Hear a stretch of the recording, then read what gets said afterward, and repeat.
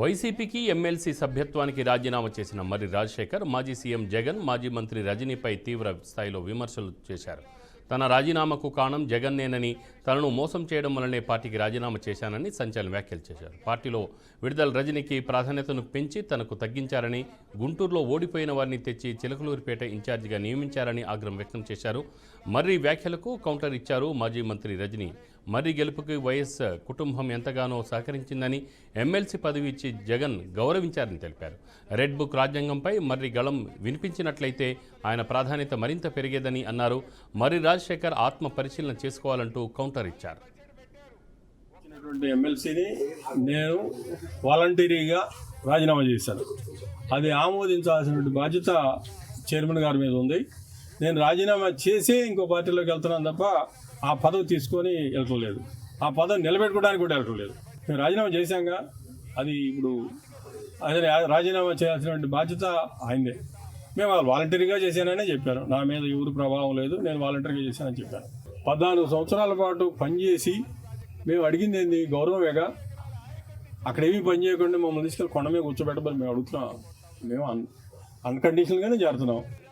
మేము కాంగ్రెస్ పార్టీ నిలబెట్టలా. ఆ రోజు రాజశేఖర రెడ్డి గారి మీద ఉన్నటువంటి అభిమానం, వాళ్ళ అబ్బాయి పార్టీ పెట్టాడని చెప్పి మేము వెళ్ళాం. కానీ కాంగ్రెస్ పార్టీ మమ్మల్ని ఏదో చేసిందని, లేకపోతే చేసింది 2004లో ఎవరో పోయి టికెట్ తెచ్చున్నారు, అవన్నీ కాదన్నారు. ప్రజలందరూ మమ్మల్ని నిలబెట్టారు, ఎమ్మెల్యేగా గెలిపించారు.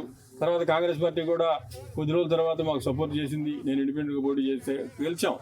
5 సంవత్సరాలు రాజశేఖర రెడ్డి గారు ముఖ్యమంత్రిగా ఉన్నాడు, నాకు ఇవ్వాల్సిన ప్రాధాన్యత ఇచ్చాడు. అన్ని రకాలుగా కూడా ఆయన అండగానే ఉన్నాడు. చిలకూరుపేట వచ్చి రాజశేఖర్ కోట్లేండి అని కూడా చెప్పాడు ఆయన.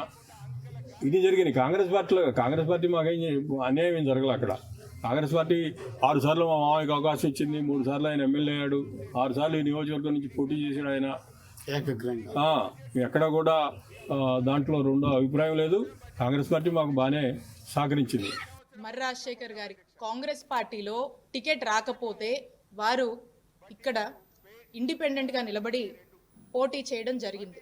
అప్పట్లో కాంగ్రెస్ పార్టీ తరఫున ఆ దివంగత మహానేత డాక్టర్ వైఎస్ రాజశేఖర రెడ్డి గారు చిలకలూరుపేటకి ఎన్నికల క్యాంపెయిన్కి వచ్చి కాంగ్రెస్ పార్టీ ఉన్నటువంటి హస్తం గుర్తుకు కాకుండా ఇక్కడ ఇండిపెండెంట్గా పోటీ చేస్తున్నటువంటి మర్రి రాజశేఖర్ గారికే ఓటేయమని ఇక్కడున్నటువంటి ప్రజల్ని ఆ దివంగత మహానేత వైఎస్ రాజశేఖర రెడ్డి గారు కోరడం జరిగింది. అప్పుడు ఆ ఎన్నికల్లో ఇండిపెండెంట్గా నిలబడ్డటువంటి మర్రి రాజశేఖర్ గారు 2004లో ఎమ్మెల్యేగా గెలిచారు. ఒక్కసారి ఆలోచన చేయండి.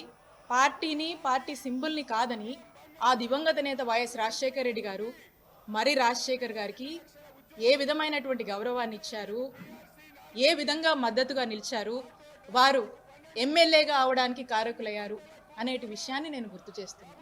ఆ తర్వాత 2009లో మర్రి రాజశేఖర్ గారికి ఇక్కడ చిలకలూరుపేట నియోజకవర్గంలో కాంగ్రెస్ పార్టీ తరఫున పోటీ చేసేటువంటి అవకాశం వారికి దక్కింది. 2009లో అన్ఫార్చునేట్లీ కాంగ్రెస్ పార్టీకి అధికారంలోకి వచ్చింది.